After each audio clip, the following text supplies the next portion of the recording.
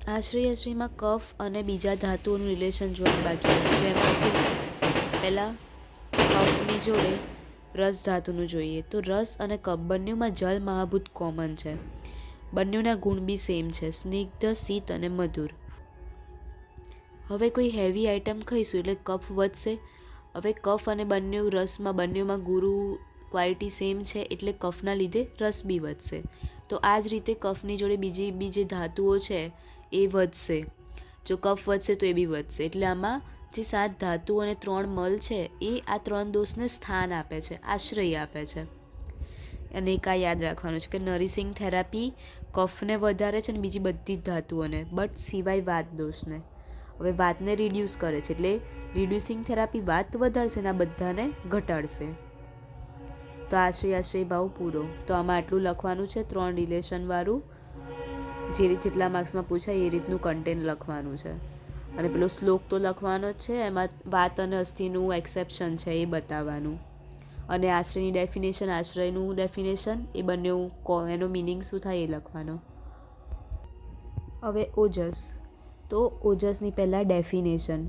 ઓજસ્તુ તેજો ધાતુનામ સુક્રાંતાનામ પરમ સ્મૃતમ હૃદયસ્થમપી વ્યાપી દેહ સ્થિતિ નિબંધનમ. એટલે ઓજસ્તુ તેજો ધાતુનામ સુક્રાંતાનામ પરમ સ્મૃતમ એટલે ઓજ એ 7 ધાતુનો એસેન્સ પાર્ટ છે. શું કીધું? Ojas is the essence of the cream of the 7 tissue of the body. પછી શું કીધું કે હૃદયસ્થમ અપી એટલે it is the first essential element of the embryo. એમ્બ્રિયોમાં સૌથી પહેલું આ જ વસ્તુ બનશે. And gets localize in its heart અને હાર્ટમાં લોકલાઇઝ, હાર્ટમાં રહેલું છે. ઓજનું સ્થાન શું કીધું? હાર્ટ.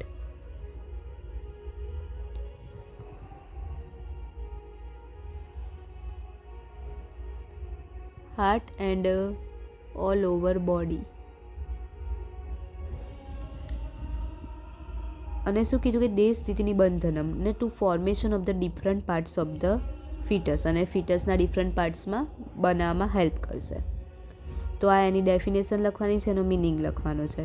હવે એના ફીચર્સ. તો એના ફીચર્સ શું છે? સ્નિગ્ધમ સોમાત્મકમ શુદ્ધમ મિશલોહિત પિત્તકમ એટલે ઓજ સોફ્ટ છે, પ્યોર છે and slightly reddish yellow in colour છે. એના ફીચર્સ યાદ રાખવાના છે. હવે ઓજસનું ઇમ્પોર્ટન્સ શું છે? ડેફિનેશનનો શ્લોક તો કરવાનો જ છે. આ કરું કે નહીં કે એ ચાલશે, પણ એનું આ ફીચર્સ યાદ રાખવાના છે. હવે ઓજસનું ઇમ્પોર્ટન્સ. તો ઓજસનું ઇમ્પોર્ટન્સ શું છે? તો Ojas is the chief fluid material of the body. આપણા બોડીનું ચીફ ફ્લુઇડ છે એ. Life depends on Ojas only. આપણી લાઈફ ઓજસ પર જ ડિપેન્ડ છે. Loss of Ojas leads to death. જો ઓજસનો લોસ બહુ વધારે પડતો થઈ જાય તો એનાથી ડેથ બી થઈ શકે છે. Main seat of Ojas is the heart. ઓજની મેઇન સ્થાન શું છે? હૃદય. Though it is residing in the heart, it is circulating all over the body and helps the activities of life. જો એ હાર્ટમાં રહે છે એટલે એ આખા ઓલ ઓવર બોડીમાં ફરે છે અને આપણી જે બી એક્ટિવિટી કરીએ છીએ એમાં એ આપણને હેલ્પ કરે છે લાઈફની. હવે causes for the decrease of Oja. ઓજ ઓછા થવાના કારણો શું છે? તો આ પહેલી લીટી. ઓજક શિયતે કોપક શુદ્ધ ઉદ્વાયન શોક શ્રમ આદિપી એટલે શું? વધારે પડતો ગુસ્સો, પછી ભૂખ, પછી વધારે પડતી ચિંતા, વરી, ઉદ્વયન એટલે શોક એટલે ગ્રીપ, શોક, શ્રમ એટલે એક્સેસિવ ફિઝિકલ એક્સર્શન, બહુ વધારે પડતું કામ કર્યું, અને others leads to decrease of Ojas. આ બધા એના કારણ થયા. જો આ બધી વસ્તુઓ વધારે પડતી કરીશું ને તો ઓજ જલ્દી ડિક્રીઝ થશે. હવે આ કારણ થયા. હવે ડિક્રીઝ થઈ જશે તો શું સિમ્ટમ જોવા મળશે એ કીધું છે. તો આ શ્લોક કરવાનો જ છે. બિભેતિ દુર્બલો અભિક્ષણમ ધ્યાયતિ વ્યતિથે ઇન્દ્રિય દુષ્છાયો દુર્મણા વૃક્ષો ભવેત ક્ષામશ્ચ તત્ક્ષયે.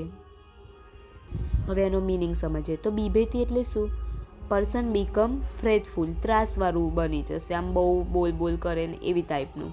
પછી દુર્બલ એટલે કોન્સ્ટન્ટ વીકનેસ આવશે એનામાં.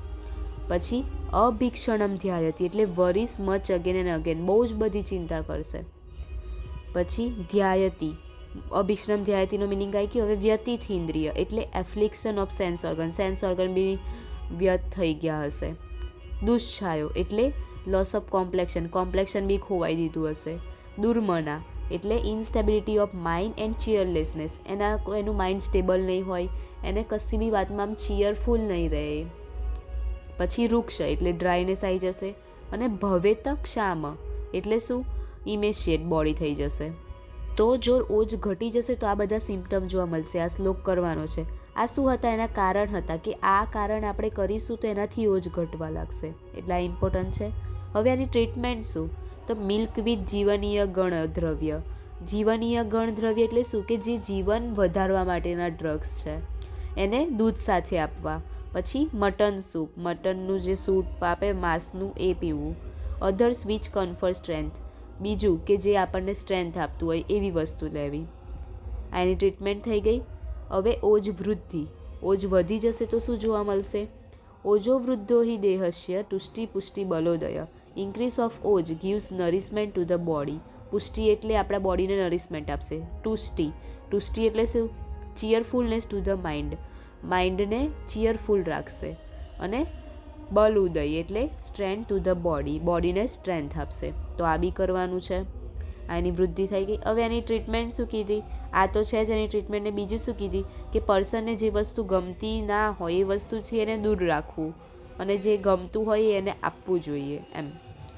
મેઇન તો એની આ જ ટ્રીટમેન્ટ થઈ. તો ઓજમાં પહેલાં ડેફિનેશન લખવાની, એનો શ્લોક ખરો. ફીચર્સમાં ખાલી ચાલશે નહીં કરું તો શ્લોક. પછી એના ઇમ્પોર્ટન્સ લખવાનું છે. ઓજનું ઇમ્પોર્ટન્સ શું છે આપણી લાઈફમાં. પછી એ શું કારણ છે, શાના લીધે ઓજ ઓછા થઈ શકે. પછી ઓછું થઈ જાય તો શું સિમ્ટમ જોવા મળે, વધી જાય તો શું સિમ્ટમ જોવા મળે, અને એની ટ્રીટમેન્ટ. આટલું યાદ રાખવાનું છે.